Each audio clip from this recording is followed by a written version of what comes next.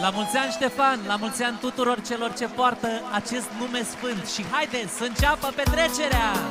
Zi mare de sărbătoare, ziua Sfântului Ștefan, iar ne-am strâns cu micu mare, că odată-i într-un an. Zi mare de sărbătoare, ziua Sfântului Ștefan, iar ne-am strâns cu micu mare, că odată-i într-un an.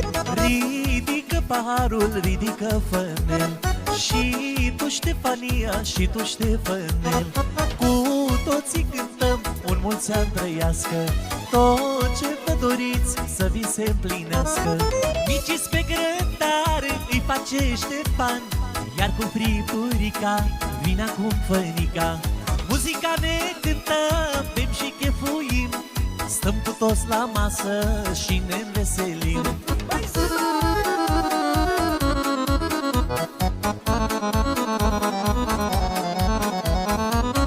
Să trăiască sărbătoriții, la mulți ani! Să curgă șampania și să cânte muzica, că astăzi stau de băut cum am dat și anul trecut. Să curgă șampania și să cânte muzica, că astăzi stau de băut cum am dat și anul trecut. Ridică paharul, ridică fănel, și tu Ștefania, și tu Ștefanel, cu toții cântăm un mulți ani trăiască, tot ce vă doriți să vi se împlinească. Micii pe grătar îi face Ștefan, iar cu fripurica vine acum fănica. Muzica ne cântăm, bem și chefuim, stăm cu toți la masă și ne înveselim. Haideți, fetele, nu s-aude gălăgie! Și... foarte bine! Ăla-i tată!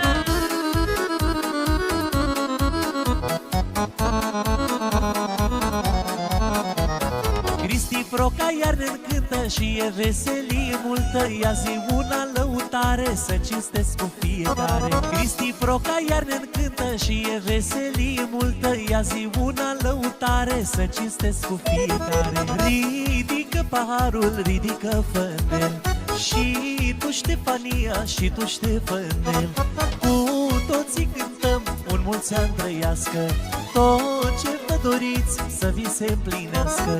Micii pe grătar îi face Ștefan, iar cu fripurica vine acum fănica. Muzica ne cântăm, bem și chefuim, stăm cu toți la masă și ne înveselim.